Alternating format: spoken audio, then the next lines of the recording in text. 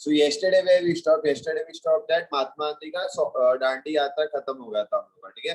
Mahatma Gandhi traveled almost 240 miles to the coast of Dandi, and that तब से the civil disobedience movement started. Okay. Now with the British as they had done in 1921, 1922, thousands in different parts of the country broke the salt law, manufactured salt, and demonstrated in front of government salt factories. As the movement spread, foreign cloth was boycotted, liquor store were picketed, peasants refused to pay the tax. तो अभी ये कल कि हम लोग ने किया था, क्या हो गया था कि जो पूरा कंट्री था वो महात्मा गांधी के साइड पे हो गया था, और वो लोग ने जो ब्रिटिश का जो भी सामान था सब यूज करना बंद कर दिया था, ठीक है। They broke salt in front of factory, मतलब क्या, वो लोग जो सॉल्ट का फैक्ट्रीज था वो लोग के सामने ऐसा हाथ में नमक लेके और नमक को ऐसा छोड़ दिया, that means they broke the salt. वो लोग ने बोला कि अभी हम लोग नमक के लिए टैक्स नहीं पे करेंगे। they pickpocketed the liquor shop पे जो भी दारू था सब दारू चोरी कर लिया, उन लोग ने दुकान को बंद कर दिया उन लोग, ठीक है। they refused to pay taxes to the चौकीदार and villagers, तो villagers ने जो टैक्सेस था उन लोगों ने चौकीदार दारू को पे करने का था वो बंद कर दिया, ठीक है। and the forest people violated forest laws, मतलब जो लॉ था कि वो लोग फॉरेस्ट में आके लकड़ी नहीं पिकअप कर सकते और अपने कैटल को ग्रेज नहीं कर सकते, वो लोग ने तोड़ दिया। ये कल भी हम लोग ने देखा था। बिल्डिंग्स लॉ कोड, एक सेकंड ना, हम लोग ये इधर तक हो गया था हम लोग का, I just revise once again. तो जो buildings law code railway station था वो सब बंद कर दिया था, ठीक है। तो ऑब्वियसली उसके अगेंस्ट में ब्रिटिश गवर्नमेंट अभी डर चुका था, तो ब्रिटिश गवर्नमेंट ने ब्रूटल रिप्रेशन का पॉलिसी डाल दिया। Now what is the meaning of brutal repression? Brutal repression का मतलब है कि एकदम ना, मतलब एकदम क्रूअल्टी से हैंडल करना, ठीक है। तो peaceful satyagrahis were attacked, women and children were beaten, मतलब मारा नहीं गया, मतलब मर्डर नहीं किया उनको मारा गया था। About 1 lakh people were arrested. In such situation, Mahatma Gandhi once again decided to call off the movement and entered a pact with Irwin on 5th March 1931. तो अभी ये पैक्ट में क्या आता है, जो आयरविन था, लॉर्ड आयरविन, उसने बोला महात्मा गांधी को तू लंदन आ, लंदन में हम लोग मीटिंग बैठते, राउंड कॉन्फ्रेंस मीटिंग, और ये मीटिंग में हम लोग डिस्कस करते, ठीक है। जो भी डिस्कस होगा उसके हिसाब से हम लोग आगे फॉरवर्ड हम लोग कर सकते हैं। तो इन दिसंबर 1931 Mahatma Gandhi went to London, और लंदन में उनका ये एक आइडिया था, ठीक है। जैसे महात्मा गांधी को लंदन भेज दिया, इंडिया से बाहर भेज दिया, ब्रिटिश लोगों ने इंडिया पे और एक नया रिप्रेशन का साइकिल चालू कर दिया। तो उन लोगों ने सबसे पहले क्या किया, गफ्फार खान और जवाहरलाल नेहरू ये लोग को दोनों को जेल में डाल दिया। क्यों?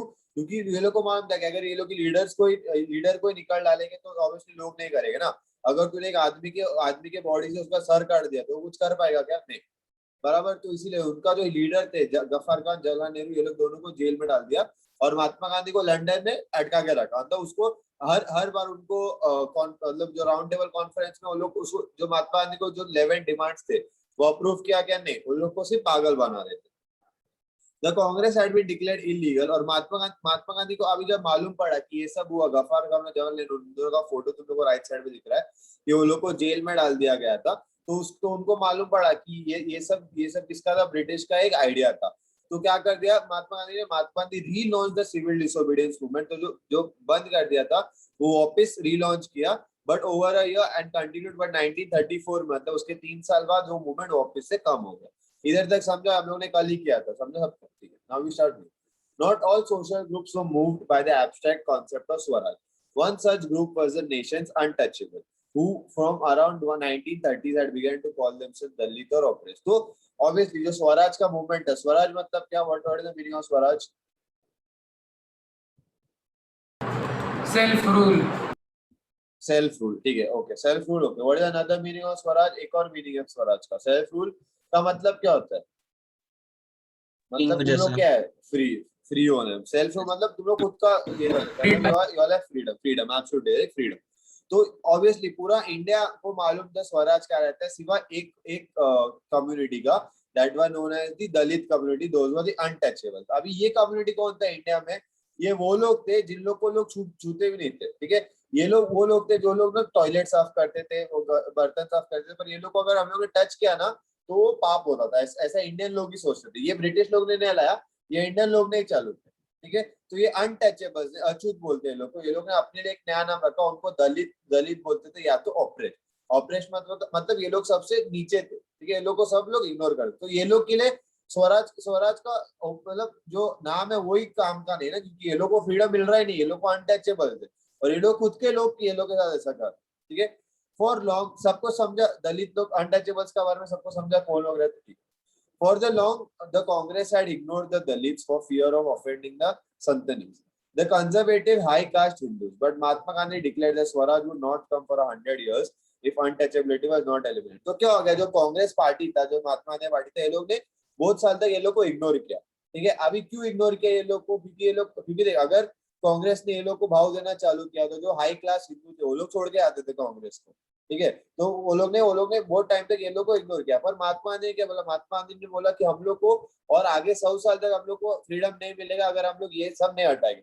अगर हम लोग खुद के आपस में झगड़ा कर रहे हैं तो हम लोग ब्रिटिश लोग ऑब्वियसली जीत जाएंगे। इसलिए तो महात्मा गांधी को एक एलिमेंट, महात्मा गांधी को अनटचेबिलिटी जो होता है उसको एलिमिनेट करने का था। He called the untouchables Harijan or the children of God.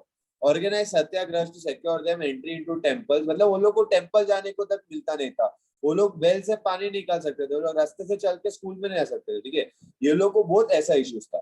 He himself cleaned the toilets to dignify the work of a bhangi, the sweepers, and persuaded upper caste to change their hearts and give up the sin of untouchability. तो महात्मा गांधी ने क्या किया, महात्मा गांधी ने खुद जाके toilet साफ किया, ठीक है, और बोला कि ये लोग जो कर रहे हैं ये भंगी का काम, भंगी मतलब स्वीपर, ये लोग बुरा काम नहीं कर रहे, ये भगवान के बच्चे बोलते, इसलिए तो ये इसने क्या कि ये महात्मा गांधी ने जो किया, इसकी वजह से क्या हो गया था, क्योंकि जो रिच लोग थे, लोग ने बोला कि अरे अगर महात्मा गांधी ये लोग का साइड ले रहे तो ऑब्वियसली हम लोग को भी ये लोग का साइड लेना पड़ेगा। समझे अनटचेबिलिटी का, समझे तुम लोग को एग्जैक्टली। मैं तुम लोग को अभी क्यों नहीं लिखा रहा, क्योंकि ये सब तुम लोग को एंड में तुम लोग को बहुत है लिखने को, इसलिए अभी नहीं लिखा रहा, तुम लोग को नोट्स में लिख सकते हो, ठीक है। हाँ, एक और बात, इसका जो नोट्स है ना वो हर जगह पे अलग अलग दिया है, ठीक है। तो मैंने तुम लोग को एक कॉमन नोट्स दिया है इसके ऊपर, प्लस तुम लोग देखो तुम लोग को स्कूल में कौन से नोट्स दे रहे, ठीक है, क्योंकि जो टेक्स्ट बुक के पीछे क्या वो अलग है और जो नोट्स दिए वो अलग है। तो तुम लोग स्कूल में भी देखो तुम लोग क्या दिया और तुम लोग मेरे को बता सकते हो, तो then we can compare both, ठीक है। Next we go on to doctor B.R. Ambedkar, who organized the Dalits into depressed and class association 1930, clashed with Mahatma Gandhi at the second round table by demanding separate electorates for the Dalits. तो क्या हो गया, अभी जो B.R. Ambedkar थे ये अलग अलग था, ठीक है। ये इसके नजरों में जो दलित थे वो उनको अलग ही रखते थे, वो लोग को एक नहीं कर रहे थे। पर तो इसमें क्या हो गया, इनका और महात्मा गांधी का ये दोनों के बीच में एक इशू हो गया। तो अम्बेडकर जी ने क्या बोला कि जो दलित है उनको एक अलग इलेक्शन दो, उनको हम लोग के साथ मत ही बिठाओ, ठीक है। तो when the British government considered Ambedkar's demand, Gandhi ji began a fast unto death. तो ऑब्वियसली ब्रिटिश अभी जब अम्बेडकर ने ब्रिटिश को बोला कि हम लोग को अलग चाहिए, दोनों दलित और नॉर्मल पीपल अलग चाहिए, तो ब्रिटिश लोग ने ऑब्वियसली हाँ बोला। क्यों, क्योंकि वो लोग ने बोला अरे तुम लोग आपस में झगड़ा करे तो हम लोग आग लगाने का, हम लोग तेल डालने का काम कर ही सकते, तो वो लोग ने दोनों को अलग कर दिया। तो इसके अगेंस्ट महात्मा गांधी ने क्या किया, Mahatma Gandhi began a fast unto death, मतलब बोला कि जब वो गांधी जी कभी कुछ खाएंगे नहीं, जब तक वो लोग मर नहीं जाएंगे तब तक वो फास्ट करेगा, मतलब कुछ खाएंगे नहीं। He believed that separate electorates for Dalits would slow down the process of the society. Ambedkar ultimately accepted Gandhiji's position and the result was the Pune Pact of September. It gave depressed classes, later to be known as scheduled caste, reserved seats in the provincial and central legislative councils, but they were to be voted by the general electorate. The Dalit movement, however, continued to be apprehensive of the Congress-led national movement. तो क्या हो गया, अभी गांधी जी ने बोला कि वो जब तक अम्बेडकर जी मानेंगे नहीं तब तक वो खाने नहीं खाएंगे, नहीं खाए तो मर जाएगा, ठीक है। तो ऑब्वियसली ये क्यों था, गांधी जी को मालूम था कि अगर जब तक ये पूरा दोनों का इक्वल नहीं हो जाता तो दलित को हम लोग अपने कम्युनिटी में नहीं आजमाते तब तक हम लोग को फ्रीडम मिलेगा क्या, नहीं। तो कुछ दिनों बाद अम्बेडकर जी ऑब्वियसली वो लोग उन्होंने गांधी जी का मान लिया, ऑब्वियसली वो गांधी जी से लड़ रहे, ऑब्वियसली हारेगा, गांधी जी सबसे सेलिब्रिटी है गांधी जी, ठीक है। तो ऑब्वियसली हारे गए, तो उन्होंने उसका जो ये था क्या बोलते हैं उनका जो पैक्ट था वो मंजूर कर लिया और बोला कि दलित अभी सेफ साथ में देंगे। तो वही तो that was the result of पूर्ण स्वराज। पूर्ण स्वराज मतलब अभी सब लोगों को साथ में फ्रीडम मिलेगा, ऐसा कोई अनटचेबल्स करके कोई कम्युनिटी नहीं रहता था। अभी वो जो दलित था वो लोग का ही नाम चेंज हो गया, अभी क्या हो गया, they became the schedule caste, ठीक है, शेड्यूल कास्ट ट्राइब हो गया। और उनका ही क्या बोलते हैं, उनका ही जो उनके लिए रिजर्व सीट्स रहते, तो अभी भी अगर तुम लोग देखो स्कूल एंड कॉलेज में शेड्यूल कास्ट ओबीसी एससी वो लोग का सीट्स रहते, तो वही तब से लेके अब तक फॉलो हो रहा है। इधर तक समझा सबको, every understood, till any doubts? Yes, sir. When the civil disobedience movement started, there was an atmosphere of suspicion and distrust between two communities. alienated from the Congress. Large section of Muslims could not respond to the calls of the united struggle. Many Muslim leaders and intellectuals expressed their concern about the status of Muslims as a minority within India.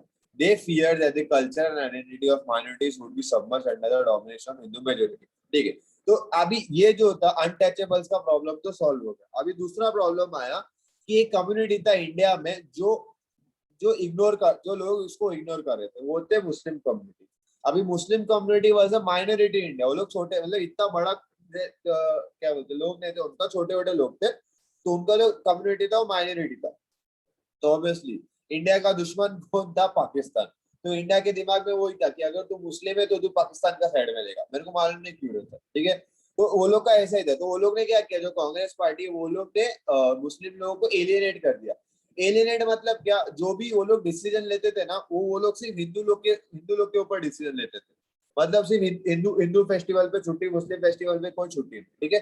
तो इसके वजह से क्या होगा, इसके वजह से जो मुस्लिम लोग है ना, उनको एलियनेटेड लगा, ठीक है. मतलब उनको लगा कि उनके लिए कुछ हो रहा ही नहीं है, तो उनको एकदम ऐसा लग रहा था कि उनको इग्नोर कर रहे थे. तो उनको, उनके मन में एक डर बैठ गया कि अगर पूरा हम लोग को स्वराज मिल गया, अगर हम लोग को पूरा फ्रीडम मिल गया, तो जो हिंदू कम्युनिटी है वो पूरा मुस्लिम कम्युनिटी को खत्म ही कर देगा, सीधा मार देगा. तो ये उनके मन में एक डर था. समझा इधर तक? Everyone understood till here? The sense of collective belonging.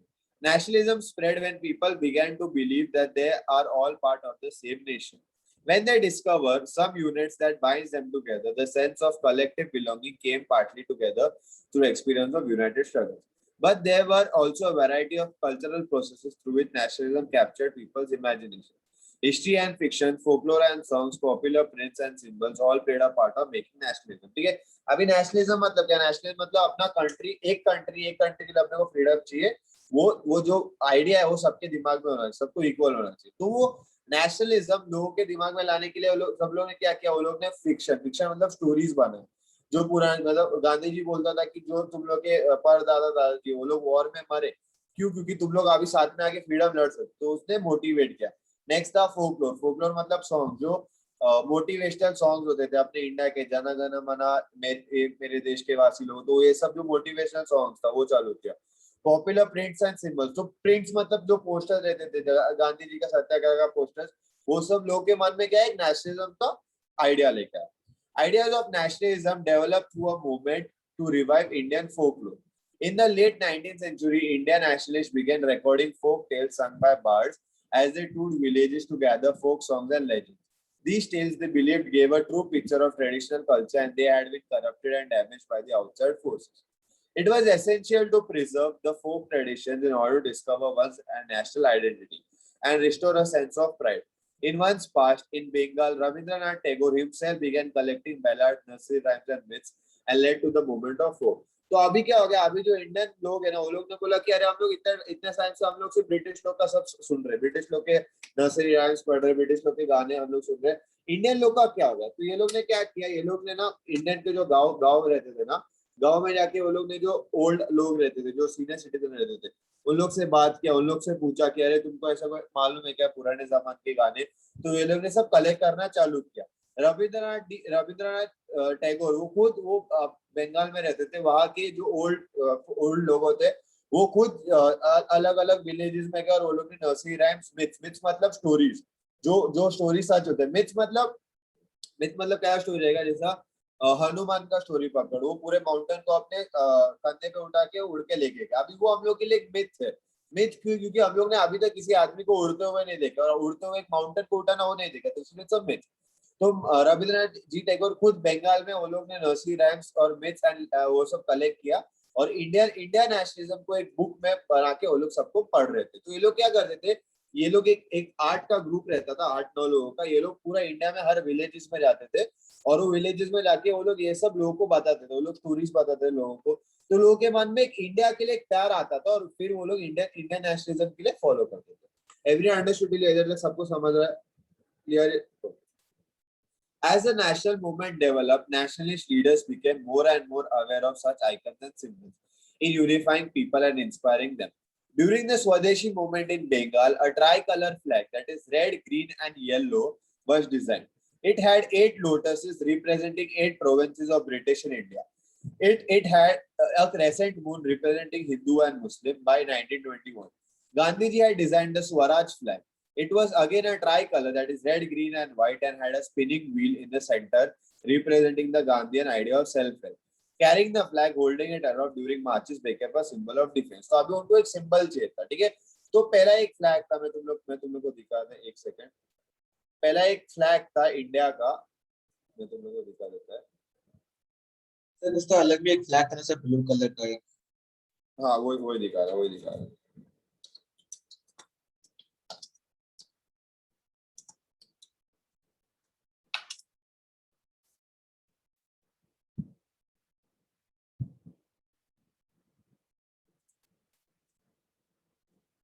ये देख, तुम लोग देख सकते हो, मेरा स्क्रीन दिख रहा है तुम लोग को? देख सकते हो, ठीक है. तो ये जो तुम मेरा स्क्रीन देखो, तो ये था इंडिया का पुराना फ्लैग. बीच में वंदे मातरम लिखा था, ऊपर 8 लोटसेस बने थे. अभी 8 लोटसेस मतलब क्योंकि 8 जगह पे ब्रिटिश लोग का ये क्या बोलते हैं, ब्रिटिश लोग का कॉलोनी था इंडिया में, इसलिए 8 लोटसेस थे. उसके बाद नीचे एक क्रेसेंट मून था और एक सन था. तो क्रेसेंट मून मुस्लिम लोग के लिए था और जो सन हिंदू लोग के लिए. तो बेसिकली बताना चाहते कि इंडिया जो है वो पूरा साथ में आके मिल सकता है, इसीलिए. ठीक है, ये आप ये ऑफिस, ये देखो, ये इसमें तुम लोग को पूरा पता है कौन कौन सा अलग फ्लैग था. तो 1906 में वो पहला फ्लैग था. उसके बाद थोड़ा कलर चेंज किया. उसके बाद जब ब्रिटिश लोगों ने चेंज किया, वो आया था फिर 1921 में एक चरखा लाया था. चरखा क्योंकि गांधी जी का एरा चालू हो गया था. उसके बाद में गांधी जी ने ये वाला 1931 का फ्लैग गांधी जी ने डिजाइन किया था, जिसके बीच में चरखा था. एंड उसके बाद वो वापस रीडिजाइन होकर 1947 का फ्लैग बना, जो हम लोग अभी तक यूज करते हैं. सबको समझा? Everyone understood this? ठीक है. तो इसमें से तुम लोग एक लिख सकते हैं, मैं तुम लोग को बताता है क्या लिखने का. तो इसमें ना तुम लोग, ये एक आंसर है तुम लोग के लिए, इसके लिए बोल रहा हूँ तुम लोग को. जो फ्लैग का है ना, इधर से इधर तक, जो पुराने फ्लैग से नए फ्लैग, तो लिखो. आज से ये तुम लोग का स्कूल खत्म हो गया, लेक्चर खत्म हो गया स्कूल का? चालू भी नहीं हुआ है. चालू नहीं हुआ अभी का चालू है 20 तारीख से. और 5. आज मेरे को एक्चुअली तुम लोग का चालू करने है ज्योग्राफी में, बोला आधा लेक्चर क्या चालू करेगा तुम लोग का. जल्दी हुआ तो जल्दी छोड़ दूंगा, क्योंकि इसका नोट थोड़ा ज्यादा है. तो मैं तुम लोग को दो दिन दूंगा, आज का पूरा दिन और कल का पूरा दिन होमवर्क करने के लिए. मेरे को इसका नोट्स परसों चाहिए, ठीक है? अगर परसों तक नहीं मिला तो भूल जाओ, लेक्चर ही मत बैठो, ठीक है? तो 2 दिन दे रहा हूँ तुम.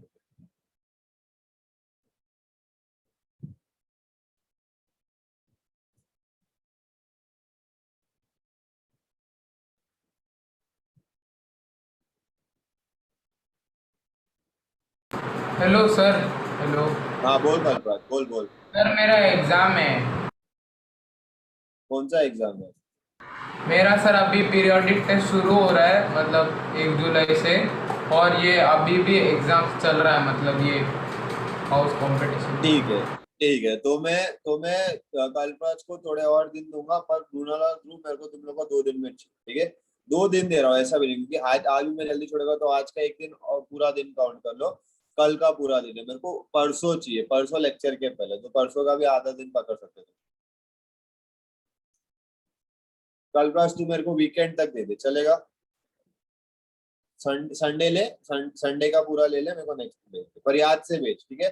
क्योंकि अल्फ्रेड सर अभी आज और मेरा अल्फ्रेड का मीटिंग होने वाला है, और हम लोग होमवर्क एक ये करने वाले. तो अल्फ्रेड सर दो बैच का होमवर्क चेक करेंगे, मैं 2 बैच का होमवर्क चेक करूंगा. तो 9th के लिए मोस्टली है वो, क्योंकि 9th के बच्चे लोग होमवर्क नहीं करते. बट उसका मतलब ये नहीं कि हम लोग तुम लोग को छोड़ देंगे.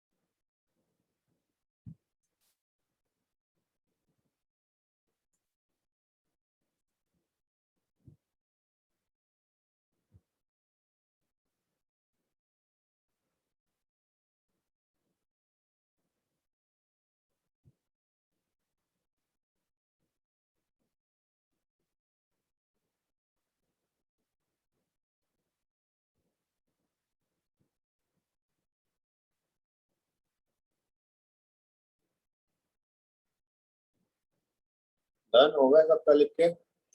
Yes sir. सर वो कलर ऑरेंज हुआ कि रेड होगा सर? कौन सा कलर?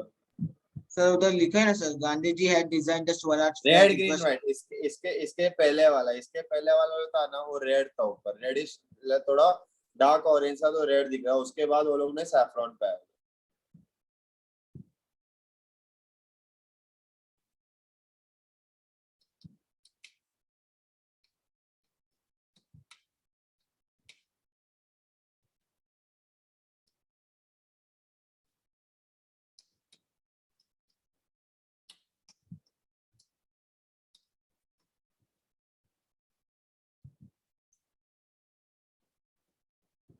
देखिए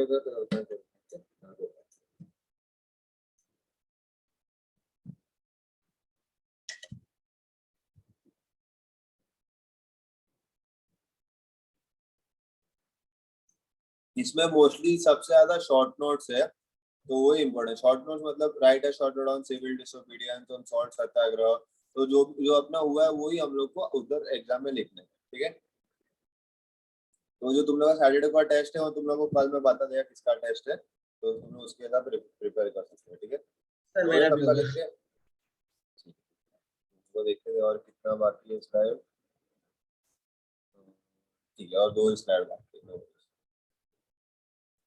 सर 2 स्लाइड। हाँ, खत्म होने के लिए चैप्टर खत्म। तो सर हम लोग दस कब बीस से ये स्लाइड बाकी चैप्टर, थे। नहीं अरे वो नोट से तुमको ये चैप्टर हम लोग कब से कर रहे हैं? ऑलमोस्ट चौथा लेक्चर या पांचवा लेक्चर लेगा ना इसका, ये लेसन का थर्ड लेक्चर, ये लेसन का नहीं रे। हम लोग बीच में इंग्लिश के लिए ब्रेक लिया तो उसके पहले भी हम लोग यही कर रहे थे ना, इसलिए। Another means of creating a feeling of nationalism was through reinterpretation of history. By the end of the 19th century, many Indians began feeling that to instill a sense of pride in the nation, Indian history had to be thought about differently. The British saw Indians as a backward and primitive, incapable of governing themselves. In response, Indians began looking into the past to discover India's greatest achievement. They wrote about the glorious development in ancient times when art and architecture, science and mathematics, religion and culture, law and philosophy, crafts and trade had flourished. This glorious time, in their view, was followed by a history of decline. When India was colonized, these nationalist histories urged the readers to take pride in India's greatest achievements in the past and struggle to change the miserable conditions of life under British rule. तो क्या हो गया था अभी British का rule India में खत्म होने गया, पर क्या हो गया, जो ब्रिटिश है ना वो लोग हमेशा इंडिया को एक बैकवर्ड कंट्री समझते, मतलब वो लोग को लगा कि इंडिया में सब भेड़े लोग हैं, वो लोग अपने अपने अपने खुद को गवर्न कर ही नहीं सकते। तो इंडिया ने उनको एक स्टेप बैक दिया और बोला कि तू अपना अपना देख, तू अपना काम संभाल, हम लोग खुद को संभाल लेंगे। दैट्स व्हाई इसीलिए हम लोग को इतना स्ट्रगल करना पड़ा, but out of the struggle we also got great achievement. These efforts to unify people were not without problems. When the past being glorified was Hindu, when the images celebrated were drawn from Hindu iconography, the people of other communities felt left out. तो क्या हो गया, अभी Mahatma Gandhi, even Mahatma Gandhi के मरने के बाद जब हम लोग को फ्रीडम मिला भी ना, तब एक इशू हो गया था कि जो फोटोज था हिंदू लोग का फोटोज था, ठीक है। हमेशा सब जगह पे हिंदू हिंदू हिंदू का ही फोटो आ रहा था, ठीक है। अभी तो हम लोग का पॉलिटिक्स में देख, पॉलिटिक्स में तुम लोग ने कभी देखा मुस्लिम पार्टी देखा किसने? नहीं देखा, क्योंकि मुस्लिम पार्टी, मुस्लिम लीडर भी देखे कोई पार्टी का नहीं, ठीक है, सब हिंदू रहे। तो इसकी वजह से क्या हो गया, जो मुस्लिम कम्युनिटी था ना वो लोगों को लेफ्ट आउट फील हुआ, वो लोगों को लगा कि उनका कोई इंपॉर्टेंस नहीं, इसीलिए ये भी एक ज्यादा मेजर इशू हुआ जो अभी तक चल रहा है, ठीक है। एवरीवन अंडरस्टूड टिल किधर डाउट है इसको तुम लोग को? व्हाट इज द कंक्लूजन, ठीक है। A growing anger against the colonial government was thus bringing together various groups and classes of Indians into a common struggle for freedom in the first half of the 20th century. अभी हम लोग कौन से century में रह रहे हैं? 21st। 21st century, absolutely. तो ये जो है ये अपना मतलब 100 साल से भी कम है, मतलब इसीलिए ये इतना फ्रेश है क्योंकि ये सबसे रिसेंट है अपने लिए, ठीक है। अगर तुम्हें देखें ना, India is known as a young country, मतलब इंडिया से अभी क्या 54th हम लोगों ने इंडिपेंडेंस मना, 57 ऐसा कुछ, 50s में ये शायद 70, सॉरी 70, मतलब पर 70 also is a young one, मतलब ऐसा नहीं, अगर तू बाकी देश से कंपेयर करेगा तो 70 भी यंग ही है, okay. The Congress under leadership of Mahatma Gandhi tried to channel people's grievances in organized movements for independence. To such movements, the nationalist India try to force a national unity. But as we have seen, diverse groups and classes participated in these movements with varied aspirations and expectations. As their grievances were wide-ranging, freedom from colonial rule also meant different things to different people. The Congress constantly attempted to resolve differences and ensure that the demands of one group did not alienate another. This is precisely why the unity within the movement often broke down. The high points of Congress activity and nationalist unity were followed by phases of disunity and inner conflict between groups. In other words, what was emerging was a nation with many voices wanting freedom from colonial rule. तो क्या हो गया था? Colonial government मतलब British government के आगे हम लोग सबको दिख रहा था कि हम लोग इंडिया के जो लोग हैं सब लोग साथ में आके वो लोग प्रोटेस्ट कर रहे थे, ठीक है। पर क्या हो रहा था, हम लोग को मालूम नहीं था कैसे प्रोटेस्ट करने का, तो हम लोग को लीडर चाहिए था। लीडर हम लोग को किसके रूप में मिला? महात्मा गांधी के रूप में, ठीक है। पर जो कांग्रेस था, जो गवर्नमेंट था, वो अलग उनका जो व्यू था और जो लोग कॉमन पीपल का व्यू था वो सेम था क्या? नहीं। महात्मा गांधी को जो चाहिए था वो मिला क्या? हर बार नहीं। वो महात्मा गांधी को नॉन वायलेंस है, पर बीच में वायलेंस भी आ रहा था, ठीक है। तो इसके वजह से क्या हो गया था? इसके वजह से जो फ्रीडम था ना लोगों में, वो डाइवर्सिफाई हो गया। मतलब लोगों को फ्रीडम चाहिए था, लोगों को अलग अलग फ्रीडम चाहिए था, ठीक है। कुछ लोगों को थोड़ा फ्रीडम चाहिए था, कुछ लोगों को ज्यादा फ्रीडम चाहिए था। कुछ लोग को फ्रीडम चाहिए था कि वो इंडिया से बाहर गाँव जाकर घूम के आ सकते, कुछ लोगों को फ्रीडम चाहिए था कि उसे अपने घर के बाहर जा सकते, ठीक है। तो ये फ्रीडम बदल रहा था। This is precisely why the unity movement broke down. तो इसके वजह से क्या हो गया? क्योंकि वो लोग को मालूम पड़ा कि जो मूवमेंट था वो अलग है दोनों के इसमें, इसीलिए the Congress broke down. In other words, what was emerging was a nation with many voices wanting freedom from colonial rule. मतलब दूसरे शब्दों में इंडिया में इतने लोग थे जिनको अलग अलग चीजें चाहिए थे, पर उनको सब एक चीज क्या चाहिए था? फ्रीडम चाहिए था ब्रिटिश से। वो इवन अभी तक लागू होते थे। हम लोग बड़े होके हम लोग कितने अलग अलग जाते थे। अभी तुम लोग साथ में क्यों? क्योंकि तुम लोग एक डिवीजन में हो, क्लास में हो, ठीक है। आगे जाके तुम लोग का सबका अलग अलग ओपिनियन रहेगा, बराबर। तुम लोग किसको इंजीनियरिंग जाने, किसको कंप्यूटर बनने, या किसको कुछ और बनने का, तो एक सेम चीज में नहीं जा रहे। तो सबका अलग अलग वॉइसेस है, पर तुम लोग को एक ही रूट से आने का वो है, ऐसा 10th स्टैंडर्ड, ठीक है। तो ये चैप्टर समझा सबको? इजी चैप्टर है एवरीवन, ठीक है। तो इसका नोट्स में तुम लोग गो थ्रू करता हूँ। Question 1 is the first world war, जो हम लोग ने किया था। फर्स्ट वर्ल्ड वॉर जो इन्फ्लुएंजा पेंडेमिक को तुम लोग लिख सकते, इजी है, एक बार रीड कर लेंगे तुम लोग। आइडिया ऑफ सत्याग्रह, सत्याग्रह का आइडिया कैसे है? महात्मा गांधी के पास जो 11 डिमांड्स थे, वो डिमांड्स क्या क्या थे, वो सब तुम लोग को लिखने थे। द रोलेक टैग, रोलेक टैग कौन सा था? जलियांवाला बाग वाला, जलियांवाला बाग वाला रोलेक टैग था। रोलेक टैग इसको याद है क्या था? रोलेक टैग का डिस्क्रिप्शन इसको याद है? सर वो ब्रिटिश को क्या मतलब मिल रहा सब था? लोग ऐसे बैठे थे और फिर ब्रिटिश लोग उधर नहीं जाके नहीं, शूट कर दिया। वो जलियांवाला बाग था। मैं तुम लोग को रोलेक टैग ने क्या दिया था 2 साल गवर्नमेंट तक को? जेल कर सकते हैं किसी को भी ऐसा। बराबर बराबर, दो साल तक किसी को भी उठा के जेल में डाल सकते हो, ठीक है। जो मृणाल बोला वो बराबर है, वो रोलेक टैग का पार्ट ये, पर देखो रोलेक टैग का देखो मीनिंग बताना पड़ेगा, रोलेक टैग क्या कर रहा था, ठीक है। तो ये भी है। उसके बाद है वाई नॉन कोऑपरेशन। ये गांधी जी ने नॉन कोऑपरेशन मूवमेंट क्यों चूज किया? The movement in town. तो बेसिकली हम लोग ने जो सब पढ़ा है वही सब क्वेश्चन आंसर में तुम लोग को लिखने के, ठीक है। टोटल 9 क्वेश्चन है तुम लोग को, बस, और ज्यादा नहीं। थोड़े बड़े, पर तुम लोग को इसीलिए मैं 2 दिन दे रहा हूँ, तो तुम लोग को ज्यादा टाइम नहीं, ठीक है। Any doubts in this? किसको कोई डाउट्स है इसमें? ठीक है,